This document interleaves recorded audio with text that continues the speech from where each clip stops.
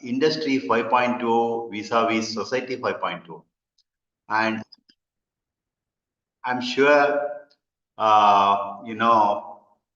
most of you in the audience are familiar with Industry 5.2. I don't know how many of you are familiar with Society 5.2.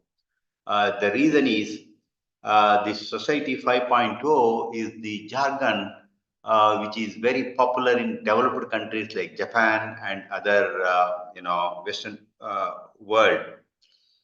Now, I would desire to take you through slide which tries to connect Industry 5.0 and Industry Society 5.0. Now the question is, before I take you to the final space of Society 5.0, I would like to explain to you what is Industry 5.0. All of you I'm sure you know what is Industrial Revolution is. And Industry Revolution, what started in the 16th century, 1700s in Great Britain, and that was the seed sown for Industry 5.0, where we are landing now. First of all, let us understand what is Industry 1.0, 2.0, 3.0, 4.0, and 5.0. Then we can land in Society 5.0, how they are interlinked and how they are connected. That is the agenda of today's class. But before that, I don't want to ask any questions to you because this is not, face to face. But what I will do is I will take you through the elementary aspects of Industry 1.2, 2.2, 3.2, and 4.0 first. Then I will try to explain you what is Industry 5.2 and society.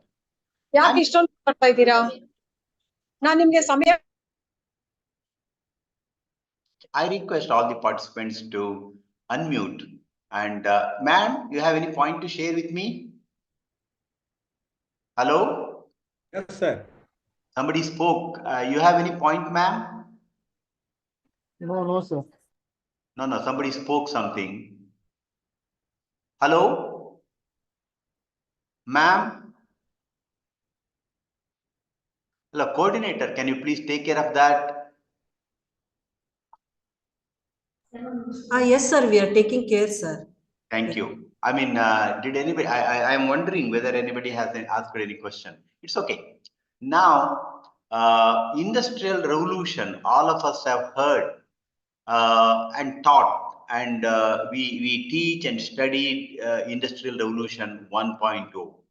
We all know that Industrial Revolution 1.0, what was started in 18th century, because of the development in Great Britain in the 17th century and the fag end of the 17th century and the beginning of the 18th century, is Industrial Revolution 1.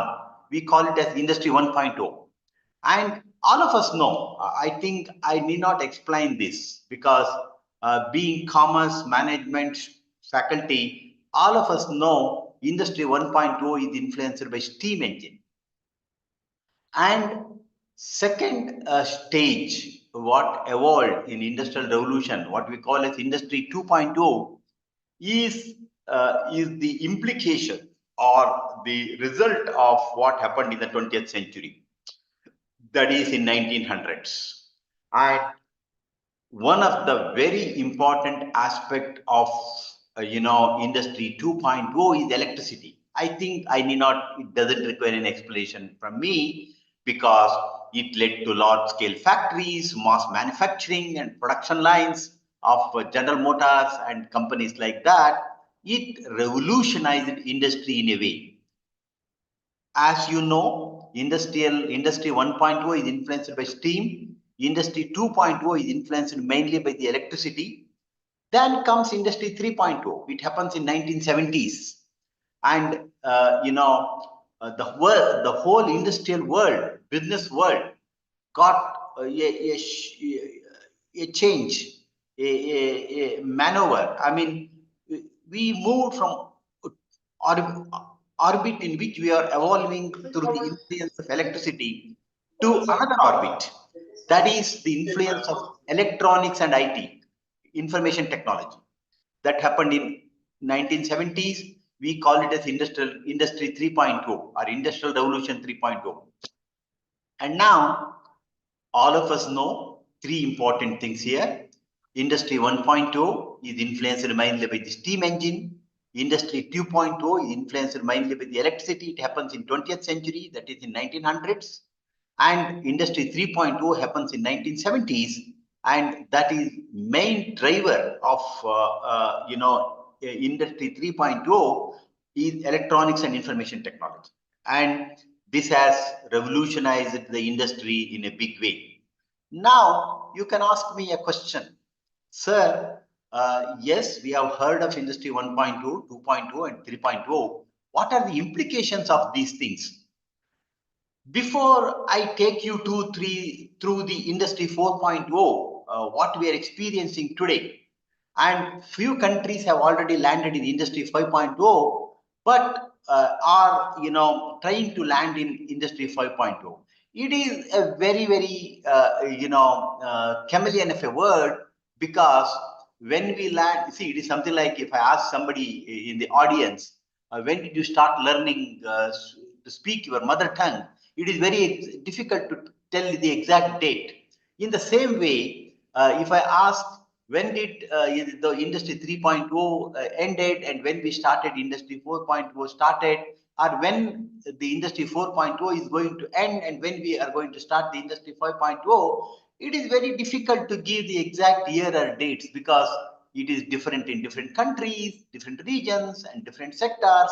Yes, for example, automobile may be in Industry 3.0 and the IT may be in Industry 4.0. It is a very difficult task for anybody to give exact dates. But that is not the essence of my presentation today. The essence of my presentation is, I'm sure all of you have heard about Industry 1.2, 2.0 and 3.2 and how the change has brought in the society. I will not take much time in explaining each, Industry 1.0, what are the implications, Industry 2.0, what are the implications, Industry 3.0, what are, there are, presentations which we can do for hours together. And indeed, you all know that Indian textile got a big beat in Industrial Revolution 1 itself, because when in Manchester, in other places in Great Britain, when they started manufacturing textiles through the steam engine based factories, and the whole handicraft and the homemade cottage industries took a great beating in India. And we can analyze each one of them by blow, but which I don't want to do that, because that is not the agenda of my today's presentation for next 1 hour. What is agenda of my presentation for next 1 hour is, in brief, I will tell you what are the implications of Industry 1.0, 2.0 and 3.0, then we can promote ourselves to Industry 4.0. I think all participants are in sync with me. Hello? Yes, sir. Yes, sir. Yes, sir. Yes, sir. We are there, Yes, sir. sir. Yes, sir. We are there, sir. We are listening to you, sir. Thank you. Now, to sum up that, Industry 1.0 is influenced by steam engine, Industry 2.0 by the electricity, Industry 3.0 by electronics and information technology. What are its implications? In brief, what are the implications? I will again not take a lot of time in explaining each one of you here. Say, for example, average life of corporation you see. Please note that in Industry 2, of course, in Industry 1.0, they took birth. In the pre-industrial era, no corporates of modern parlance, and Industry 1.0, they took birth. And in Industry 2.0, industries used to live for 67 years on an average.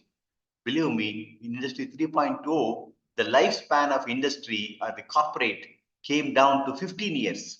Say, I don't know how many of you keep hearing IBM, how many of you keep hearing Yahoo, how many of you keep hearing, Rediff. I mean, most of the companies, most of the celebrated companies of the yesteryears and decades have become things of the past today.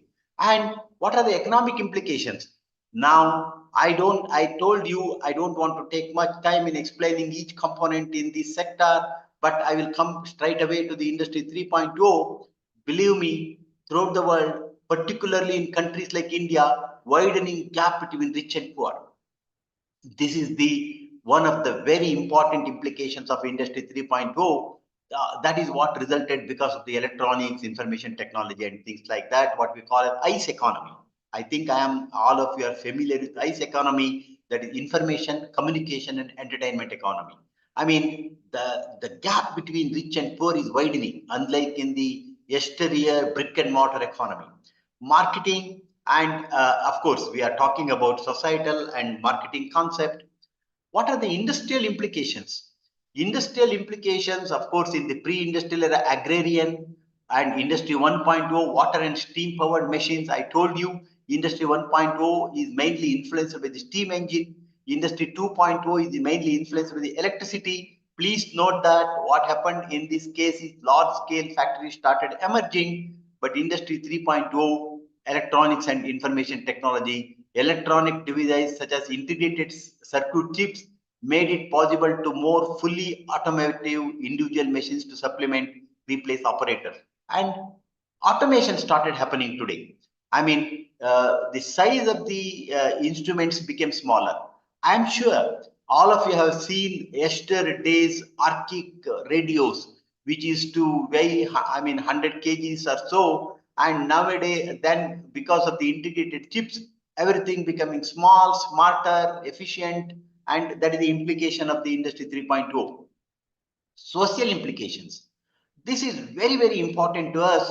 I told you industry 1.0, 2.0, and 3.0. Please note that what is happening to urbanization. For example, I am again giving few of the snippets of social implications. I am not talking all of them, but look at what is happening because of the industry 3.0 and which happened in 1970s. I repeat again, please remember, all these implications I am talking about 1970s. I am not talking about 2024. You must remember that, because industrial 3.0 started in 1970s. It had its implications up to 2000. And one of the thing, very, very important aspect is, please note that urbanization. In the pre-industrial era, 80% lived in villages, and in 1850s, 50% the entire population Great Britain lived in either in town. Please note that with the steam engine, this started in UK, and of course, it may not be the true spirit in other countries. 1950s, approximately 1/3 of the planet's 2.5 billion population lived in cities. Look at what happened in 2000, Industry 3.0. Over half of the world's 7.5 billion people live in cities. In India today, of course, what figures we have is of the 2011 census, close to 69% of India's population lives in villages, 31% lives in cities. And believe me, in developed states like Tamil Nadu, Gujarat, and even in Karnataka, close to 40-45% people are living in urban cities and towns, and that number would increase now. And if you go to the Western world, like United States of America, close than 80% of the people are living in cities, and only 15%, 15 to 20% lives in different countries in rural areas among the developed world. Another important aspect is life expectancy, you see here. Another, velocity of knowledge creation. This is very, very important to me. With the electronics and telecommunication, I told you, pardon me, I don't have the luxury of time to explain all components here, but this is very important to me. Velocity of knowledge creation is now, on average, human knowledge is doubling every 13 months. And believe me, this was in 1970s and after the electronics. Now people say, I repeat, every 6 months knowledge doubles. And what knowledge we have done, we have created all these centuries. Every 6 months we are doubling it. And that time span is coming down. Sorry, sir. Any point? Hello? Sir? Okay. And that is another aspect of the implications of industry 1.2, 2.2, and 3.2. And now we shall come to the Industry 4.0. I told you Industry 1.0 was started in the end of 17th century and 18th century, and Industry 2.0 started in the 20th century, that is in 1950s, and Industry 3.0 started in 1970s. Come to Industry 4.0. I told you Industry 1.0 is because of the steam engine. Industry 2.0 is mainly because of the electricity. Industry 3.0 is mainly because of the electronics and information technology. But the Industry 4.0 is result of basket of technologies. This is very important thing you must understand. I repeat, for the sake of making things easy and not to complicate things, I repeat again: Industry 1.0 steam, 2.0 electricity, 3.0 electronics information technology. But when it comes to Industry 4.0, it is not one technology; it is basket of technologies. Artificial intelligence, machine learning, big data, robotics, collaborative robots, cyber physical system, Internet of Things, 3D printing, blockchain, augmented reality, natural for language processing, cloud computing. And this we landed in 2000. And of course, I am not telling that every country has landed in this space and every sector has landed in this space, but the whole world in general, we can say, has landed in 2000 Industry 4.0. And now the question is, when we have landed in Industry 4.0, and I don't want to talk about definition of Industry 4.0, which leads to fully automated interactive production system, digital and information technologies, and this thing. And I am remembered about characteristics of Industry 4.0. And you must know one thing, that when it comes to Industry 4.0, it has its own characteristics. Transition from manual labor to robotronics, which ensures automation of all production processes. Jokingly, I was reading somewhere else, in the future, factories will have one dog and one man. I hope, I don't know, have you heard this story? Any participant? Hello? You're there, sir. Yeah, I mean, I don't know. Okay, it's okay. And there is a story like, all future factories will have one man and one dog, and nobody else would be there. People ask someone else, why man? To take care of the dog. I'm telling you a story. Then people ask, why dog? Dog is to ensure that this man never touches anything in the factory, because everything is automated. The point I'm driving is this: everything we are trying to transfer, all mechanical jobs we want to transfer to machines, all manual, repetitive jobs we want to transfer to machines. And of course, we are landing in a different economy where we are doing that. And what are the other basic characteristics of Industry 4.2? Modernization of transport and logistics systems, and increase of complexity and precision of manufactured technical products, development of inter-machine communication. Please note that now one machine talks to another machine. In aircraft, one part talks to another part, and because of the Internet of Things, your refrigeration can talk to your mobile phone, and you can tell X are empty. I mean, now we are in a situation where machines can talk to each other. I mean, different parts in the same machine can talk to each other because of the Internet of Things. And application of self-teaching programs for provision of constant development of production systems. And somebody was telling, and ubiquity, availability and interaction at a global scale are the basic characteristics of Industry 4.0. Ubiquity, everywhere it is available, and availability to everybody, and it becomes something like mobile phones. Look at for Indian population of 1,300 million, or 130 crores, or 1.3 or 4 billion. We have close to 1,000 million, mobile phones today.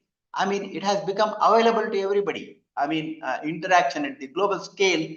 These are the implications of Industry 4.0. I repeat again.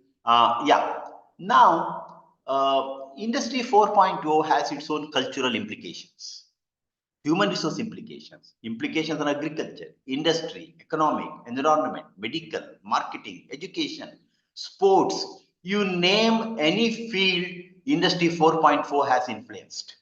And this is very, very important thing which you have to take note of, because there is no space. Your psychology, your society, every part of our life has been influenced by Industry 4.0. That is one thing we must remember and understand. That is the reason why we are all bothered about Industry 4.0. Please note that nobody can tell that it never touches me. Believe me, now we are in an integrated world, a truly global village. What happens in New York would imply you would impact you at Madhur tomorrow, and what happens in Switzerland happens impacts somebody in Sringeri tomorrow. I mean, what point I am trying to drive you home is implications of Industry 4.0 is all pervasive. And the best example I can give you is look into your social media, look into your mobile, look into your implications of that on the on our lives.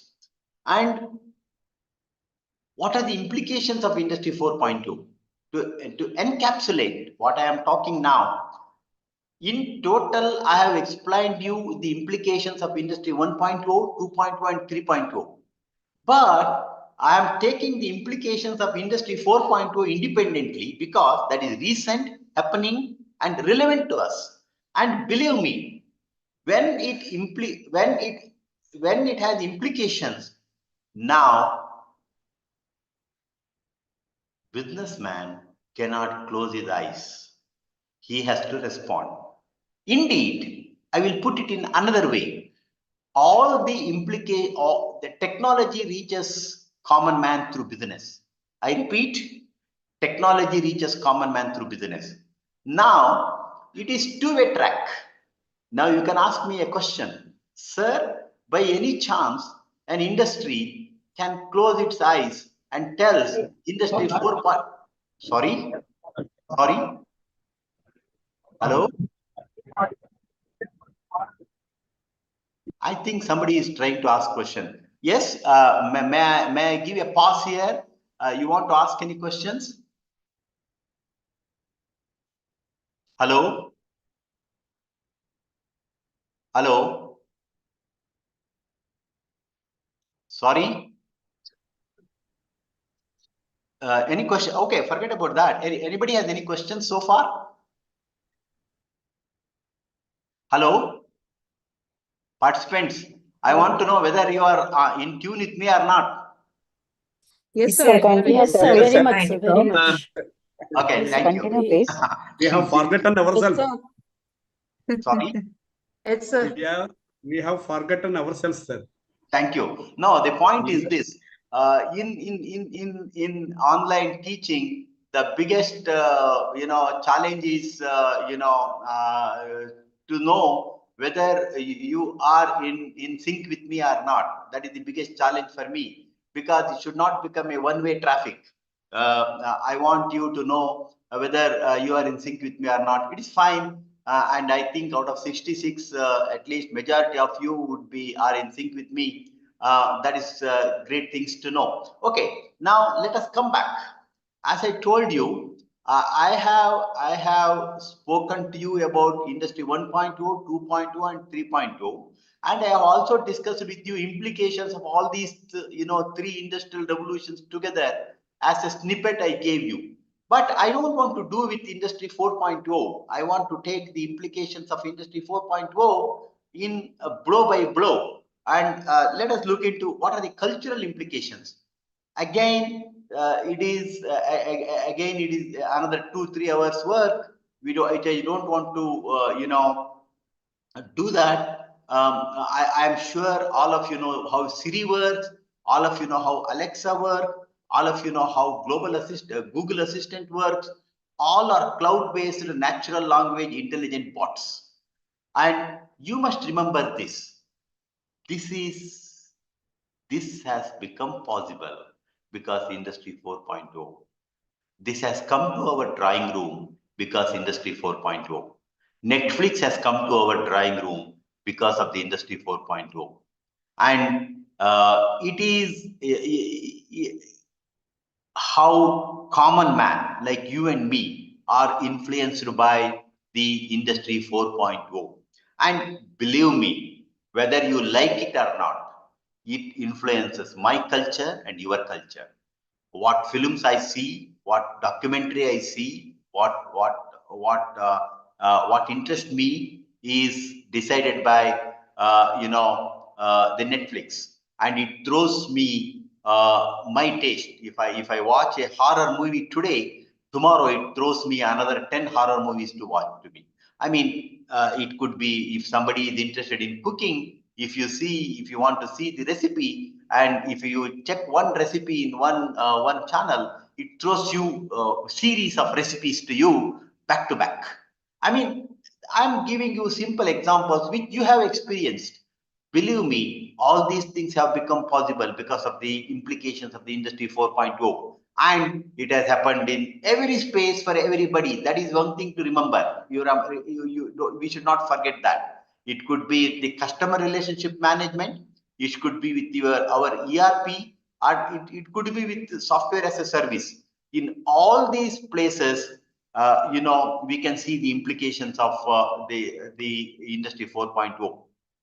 And lot of other things I can give example. And I think you know Hadoop, Cassandra, and HPCC, how they work, open source big data tools. And of course, your Facebook, LinkedIn, MySpace, Twitter. I don't want to talk much about that because you are all there in this social network. And implications on human resource. This is very important thing. Being professors, you all know that. Please note that this is very important thing. You all teach human resource in one way or the other, whether in the manufacturing or whatever field you are in, whatever subjects you are teaching. What is happening to the future jobs because of Industry 4.0 technology? Remember that percentage of jobs done by human beings. Note here, the number is decreasing year by year. Percentage of the jobs done by human beings was 71% out of the total 100% jobs. In 2018, 71% of the jobs used to be done by human beings. In 2022, it has come down to 58%. In 2025, it is expected to come down to 48%.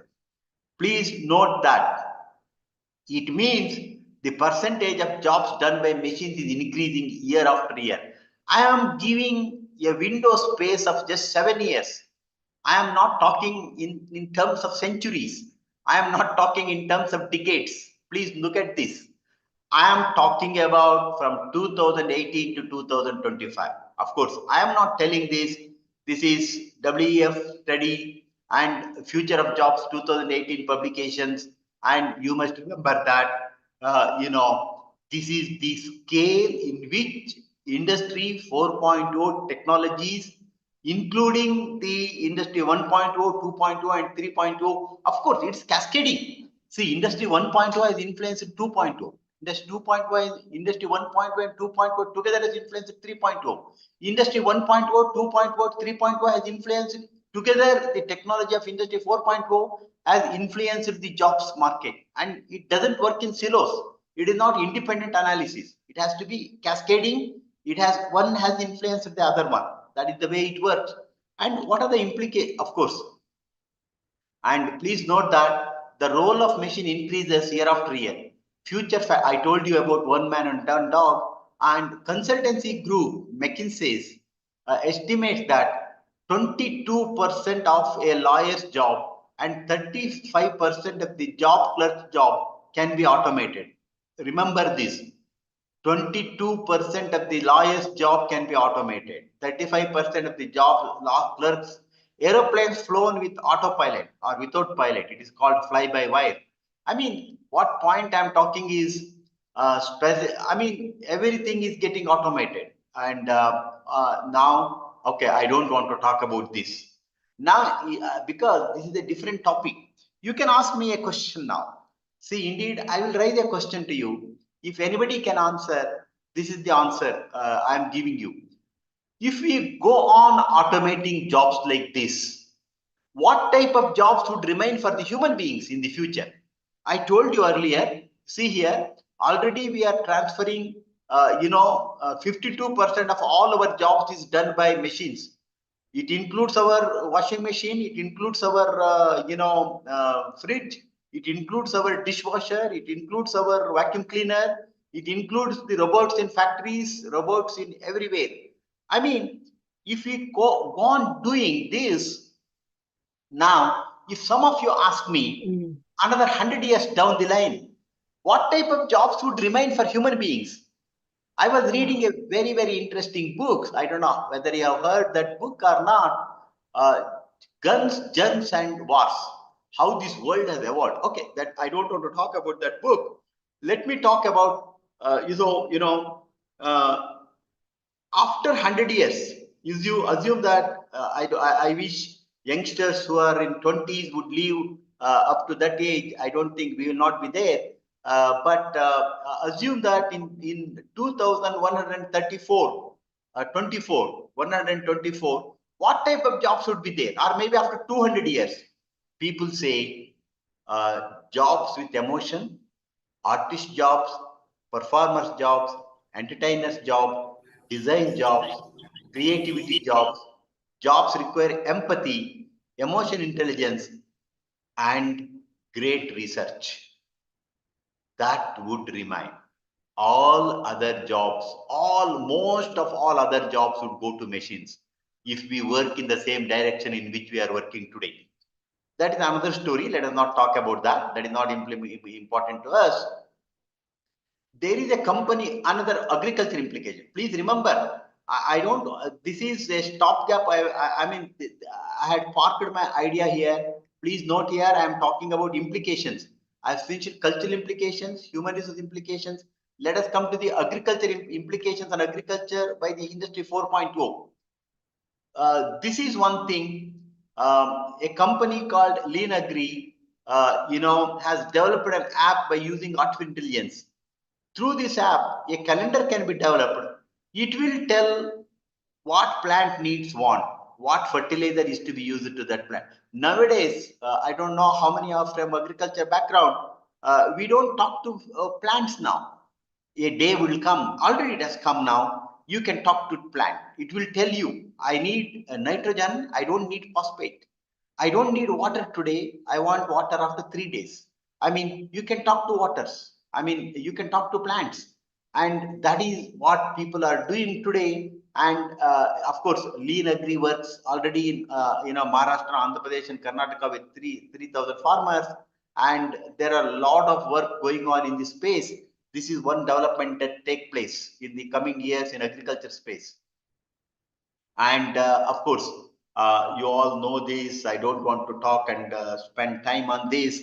And you all know industries are either merged completely to give rise to new industry. Of course, we are talking about driverless cars, automobile industry, and all. Please remember, all these things are possible because of Industry 4.0 technology. If somebody talks about industry, driverless car, it is the result of robots. It is the result of IoT. It is the result of big data. It is the result of artificial intelligence. And you must understand that. And that is the essence which we are talking about. And ability of machines, devices, sensors, and people to connect and communicate with each other via Internet of Things or the Internet of People is possible because of the technologies of Industry 4.0. And one more thing, yeah. And you must remember that this is very interesting thing. I don't know how many of you have watched this in television, Zia Zawbara, and he gave an interview. I think I have to give you a brief history of this. all of you agree with me, and you all know the statistics. There was a time when Nokia had 35% of the global mobile market. I repeat, there was a time when Nokia had 35% global market share in mobile. But today, what has happened to Nokia? Of course, Nokia mobile unit is sold to Microsoft. That is another story. And please note that industry language has changed in the industry 4.0 era. Earlier, in the industry 1.0, 2.0 and 3.0 era, if some industrialist has failed, he must have failed for mistake he has done. But industry 4.0, you need not do any mistake. If you do not do what has to be done, you can fail. The best example is the Nokia CEO. Please note that with tears rolling down, I have seen this in the press. We did not do anything wrong, but somehow we lost.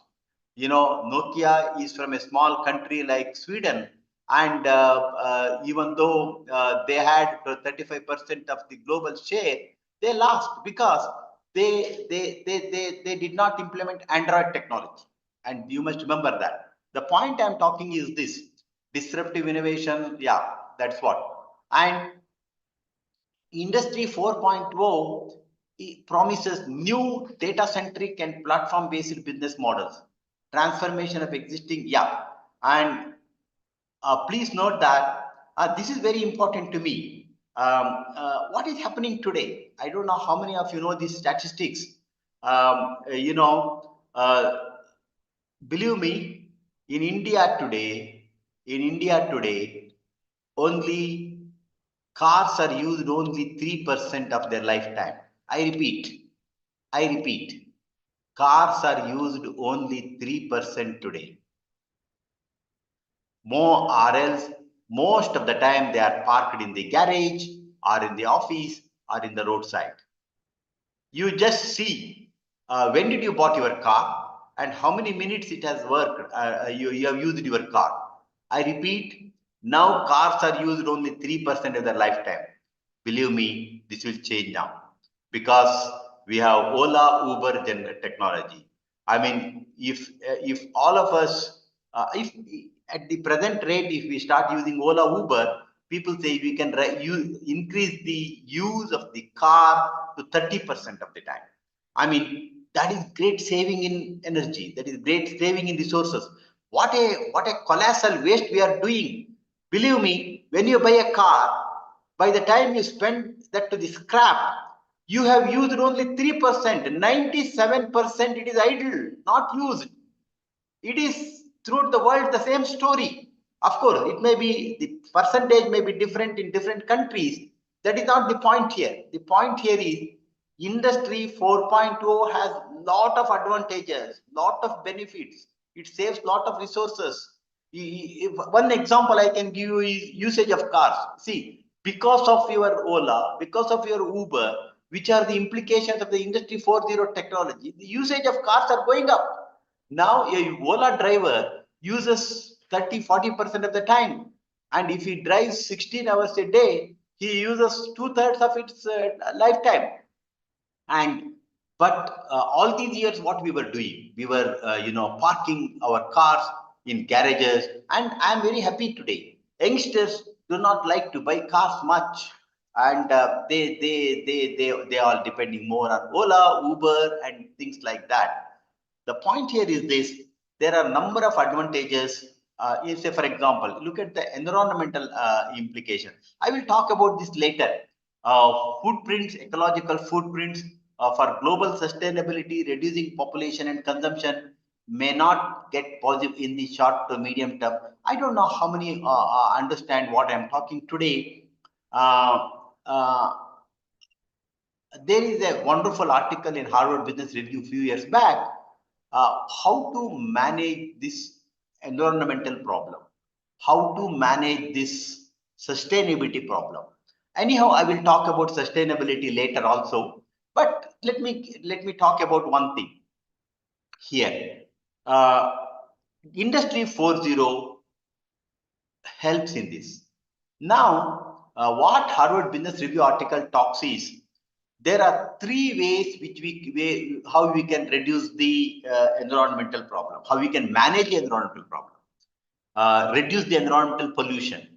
What are the three ways is, one way is population, another way is consumption, third is technology. You can do these three things simultaneously, but is it possible? That is the question now we have to ask. What article writes is, today the global population is 8 billion. I think you all agree with me, right? 800 crores. Hello, participants, are you there? Yes, sir. Very much, sir. Very much. Thank you. We are with you, sir. Thank you. Yes, sir. Yes, sir. We are listening. Thank you. Our Today, mic is muted, sir. thank you. Now, I will come back to you. I mean, the point I'm driving is what is the solution for this problem? What is the solution for the sustainability problem, which I will talk later? What is the solution for, environmental problem? Now, the solution for environmental problem and sustainability problem is, people say there are three solutions. One is population, another one is consumption, third one is technology. What is this population as a solution? How? People say reduce population.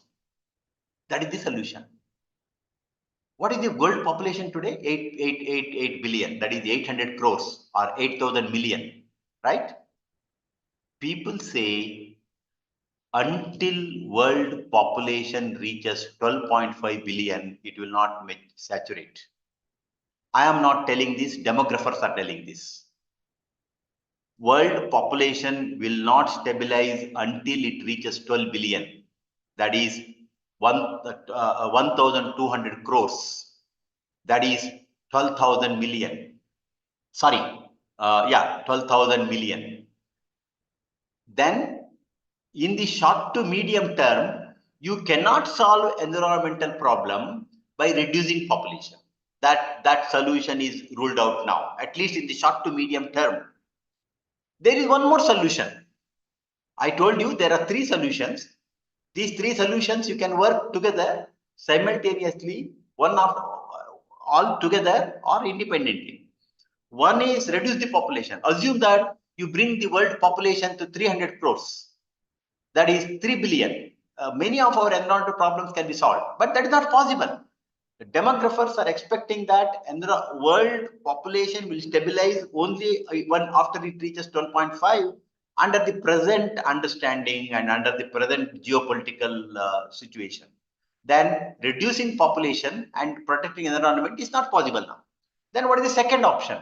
Reduce consumption. This is another solution.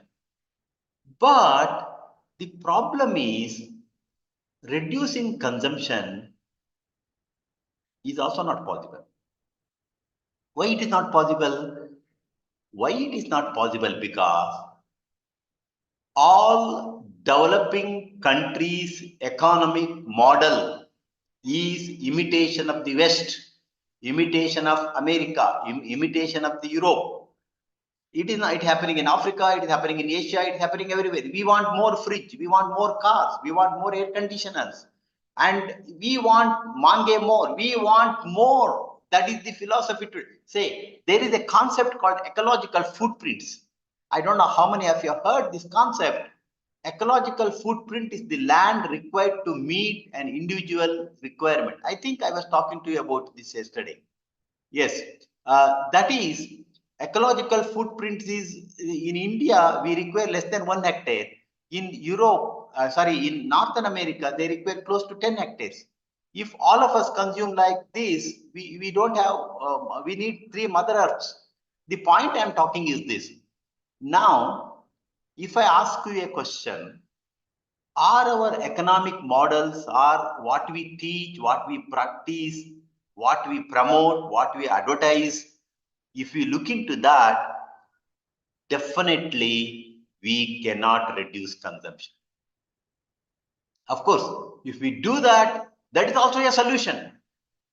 And if India can tell that we will have a different economic model, if China can tell that we will have a different economic model, we will not follow the Western model. We will not have refrigerators. We will not have more air conditioners. We will not have more dishwashers. And of course, the question is whether we need those things. That is another thing. But any madam can answer this question to me. But we want all those things. Ma'am, any one of you can answer me.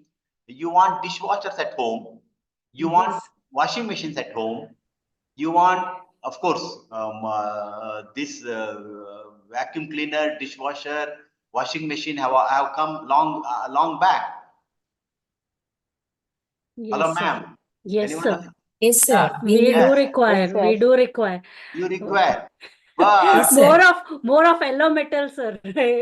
more In addition. you require more. There is one problem, ma'am. Yes, sir. Now there is one We are problem now. more dependent on that, sir. You Yes, are more sir. dependent on that. But Exactly. you tell that I put on my weight, and because I don't wash my clothes, I don't wash my dishes, and that is why you buy exercycle. You buy, Exactly. treadmill. Exactly. And Exactly. once you buy, I mean, this consumption cycle is going in a different direction. True. If we don't have all these things, we don't need that also. No, True. what point I am driving in, ma'am? We are taking the Western model of consumption, where one technology breeds technology, and businessmen want to sell us more. We are buying more, and that is why my conclusion is this. Second solution is also not possible in the short to medium term. That is, first solution is not possible of reducing population. Second solution is not possible of reducing consumption. Now, the Harvard Business Review article, what it writes is, the solution is technology. That is very, very crucial. Technology is the solution. And especially that is what I told you. The technology of the industry 4.0, 1.0, 2.0, 3.0, and particularly industry 4.0 technology can protect our environment to some extent. I told you. Sir, sorry, sir, if I Yeah. interrupt, sir. Yeah. Sir, don't you think that the technology upgradation or the newer technology which is coming in has resulted in more and more consumption of mechanized machines and mechanization, sir? No, I didn't get your question, ma'am. Sir, you said that yes, technology can definitely reduce the environmental impact, but don't you think that the upgraded technology or the newer technology has again resulted into more and more consumption of other, I mean, like machines, more and more consumption of machines? Correct. That's what I told you. You want more treadmills, you want more washing machines, you want more cycles at home, treadmills. And the point here is, ma'am, where is the solution then? But then how are we using technology as a solution? How are we using? That is why I gave the example of Ola and Uber. That is what I am talking, ma'am. I told you, if you buy vehicles, if it is used only 3% of the time in its lifetime, what a colossal waste of aluminium, what a colossal waste of iron, what is a colossal waste of plastic, what is a colossal waste of glass. If you, instead of that, by using technology, ma'am, Ola never calls itself as a taxi company. It calls itself as a technology company. Uber never calls itself as a taxi company. They call themselves as a technology company. Now, because of that, do you know to what extent we have reduced the use? Because your Ola cars are used more. Look at your solar panels, ma'am. I mean, technology has made it possible. You look at how the wastage in the manufacturing has come down. You see how your refrigerator talks to you and tells you that your electricity consumption has increased. If you can change the bulbs, if you can change the machines, if you can change the air conditioner, and the point I am driving is this: you cannot reduce population, you cannot reduce consumption. What is the solution then? You want this environment to be not to be taken care, we have to take care. Now the solution is technology. It could be solar, it could be Ola, it could be Uber, it could be, say, for example, you look at aggregators like Zomato. Every one of us used to travel to hotels. Now, a Ola fellow will bring food for 10 people. I mean, the point I'm telling is, of course, every technology has its implications and we have to reduce the negative implications, but we have to take the positive implications. Ma'am, I fully agree with you. It is a big debatable topic and there are a lot of nuances to this. But that is, I am not telling this. Great researchers have said that population we cannot reduce, consumption we cannot reduce, at least in the short to medium term. If there is any hope, the hope is on technology. That is the solution. And I told you, you should not miss the bus now. Please note that I'm talking about the implications of the Industry 4.0, 3D printing. By 2020, the first organs made up of 3D printed tissue is expected to be available to pharmaceutical companies. And that is another story which takes more time to me to explain. I don't think I have that luxury of time. But one thing, Industry 4.0 has influenced, our medical field also and pharmaceutical field also. And another very important thing is it has influenced our marketing departments. And when we all take data-based decisions now, and marketing has become more, precise. We content creation, online searches, and chatbots automate responses to potential buyers frequently asked questions. I mean, believe me, chatbots is the result of Industry 4.0 technology. Online searches, what search engine optimizations are doing now is the result of Industry 4.0 technology. I mean, AI helps marketing in a big way. Most of the time, when you chat with the Airtel or when you chat with any marketing company, most of the time, ready-made answer will come. People, please note that it is not the man sitting there, it is the chatbot which gives the answer. After telling all these things, as ma'am just now you spoke, I am not telling that it doesn't have dangerous implications. Industry 4.0 truly has dangerous implications.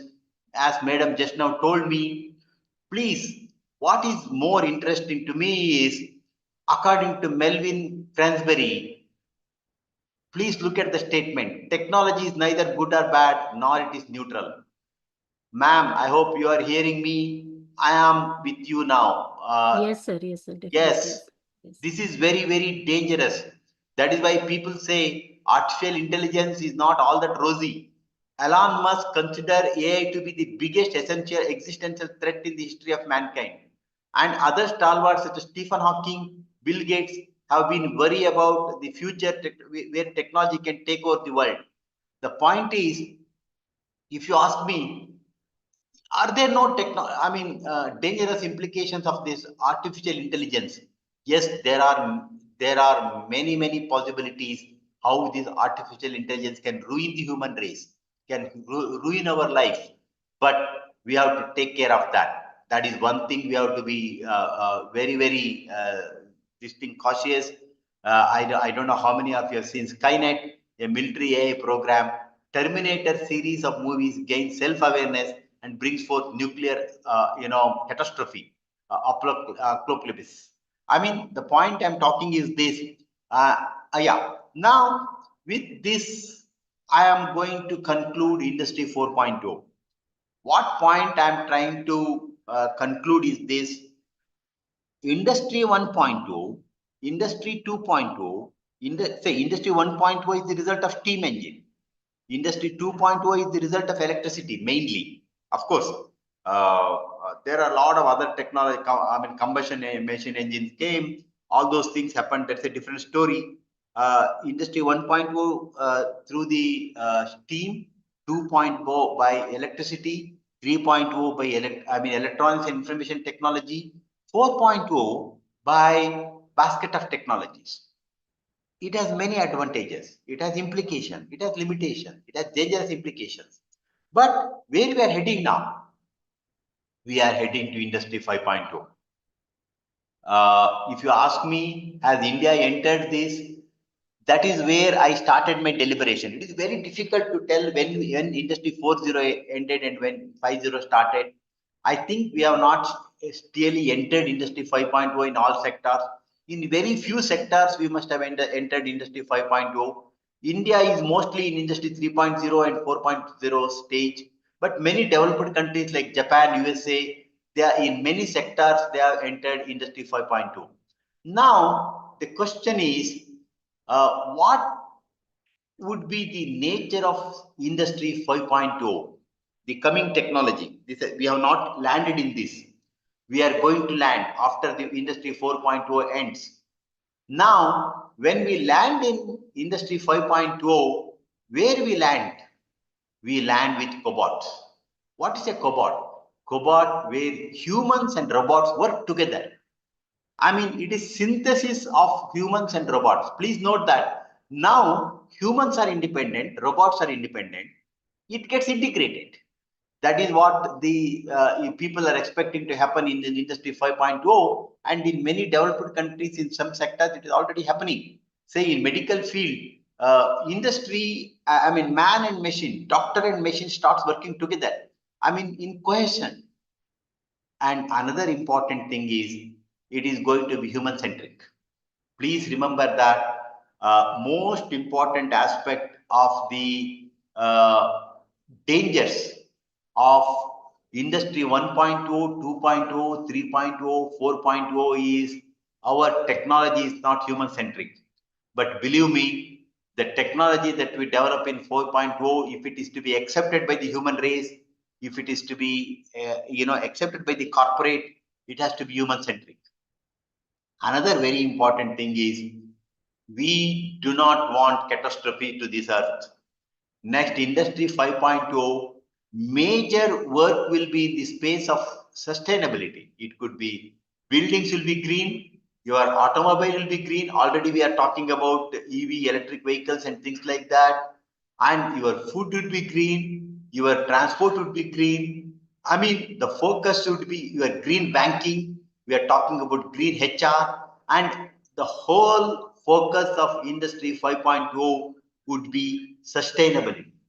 Another very, very important aspect, this is very important to all of you, whatever subjects you are teaching, please note that mass customization or personalization would be the mantra in Industry 5.0.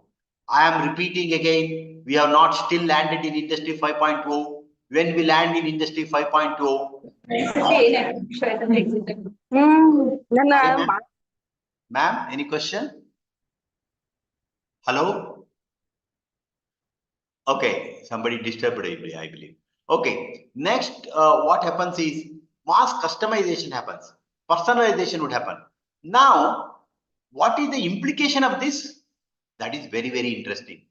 Please note that it would have immense implication on different industries at different level.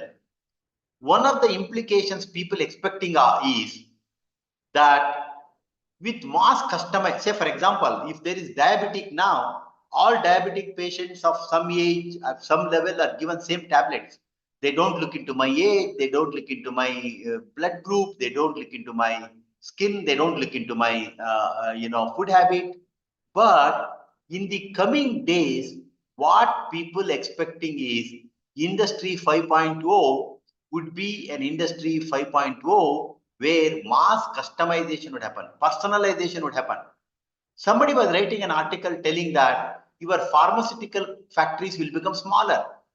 In your area, you may have one pharmaceutical company. Your drugstore, your medical store can become a small factory. Like when you go to cafe, he will brew the coffee there and give it to you. Like that, what people are expecting in Industry 5.0 is, a day may come, you go to a medical shop or you go to a pharmacy shop near your house, you tell, I have diabetes, my age is this, yesterday I ate this is the problem I have, can you get me? And it personalizes and give it to you. And that is what people are expecting. It could be in cars, it could be in design of the cars. You may, if you have a small child, your design can be different. If you are aged, your design of the car could be different. If you are a woman wearing sari, your car design could be different. If you want to take, your baby to the, I mean, your office, your car design could be different. If you don't, I mean, it could be designed for anybody's requirement. I mean, now mass production will go instead of mass customization will come, and it would have immense implications on production, manufacturing, distribution, and that is what people are talking about. Now, this is Industry 5.0. Now, I don't know how many of you remember. I repeat again, let me sum it up. What I am talking to you, there are 5 industrial revolutions. That is Industry Revolution 1.0, influenced by steam, then influenced by electricity, third electronics and telecommunication, fourth basket of technology, fifth main is cobots, human-centric, sustainability-based, mass customization or personalization. But if you ask me, I did not start and I did not explain to you. I told you, I promised that I will talk about Industry 5.0 is vis-a-vis Industry Society 5.0. What I am talking about Society 5.0, with that I conclude. If you go to Japanese government website, I repeat again, after my class is over, please go and visit Japanese government website. You find this in their website. What they are talking is, we are preparing Japan for Society 5.0. I repeat, if you go after my class is over, you go and visit the Japanese government of Japan website. Government is working 24/7 in every sector to take Japanese society to 5.0 society. What is that 5.0 society? This is the 5.0 society they are talking about. What Industry 5.0 we are talking about? They tell in every field we want to integrate man and machine, man and robots. We want to make that society human-centric.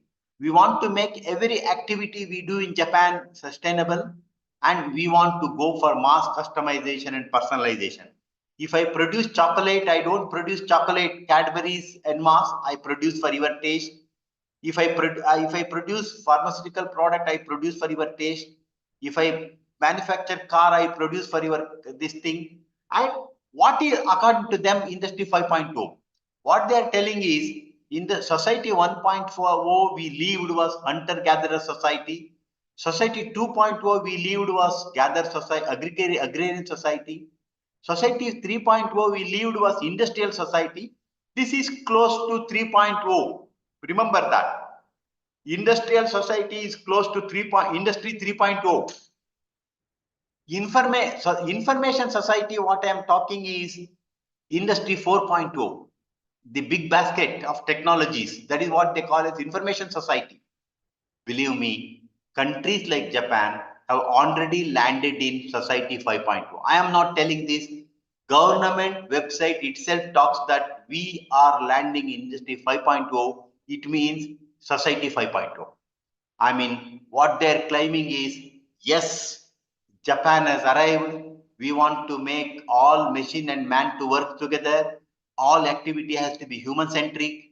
It has to be sustainable. It has to be personalized.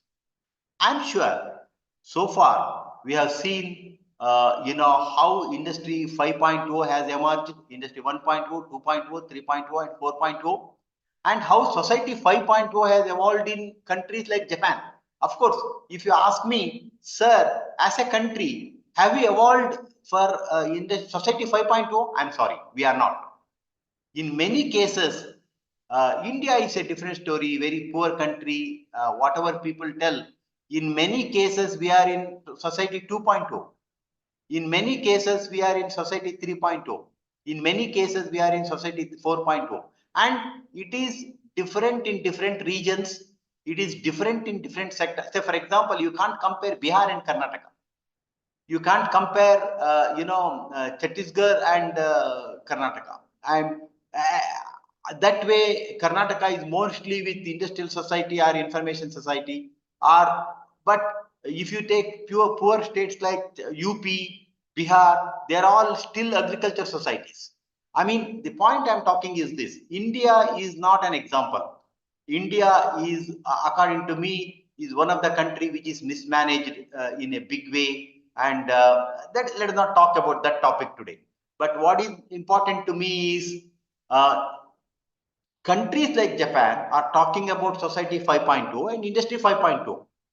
And we know what is industry 1.0, 2.0, 3.0, 4.0, and 5.0. And I wish India also would join the bandwagon of developed countries like Japan and USA and Western Europe to join the bandwagon of society 5.0. With that, I conclude, yes, my presentation. And if you have any questions, I will take. And another 5 minutes are left. I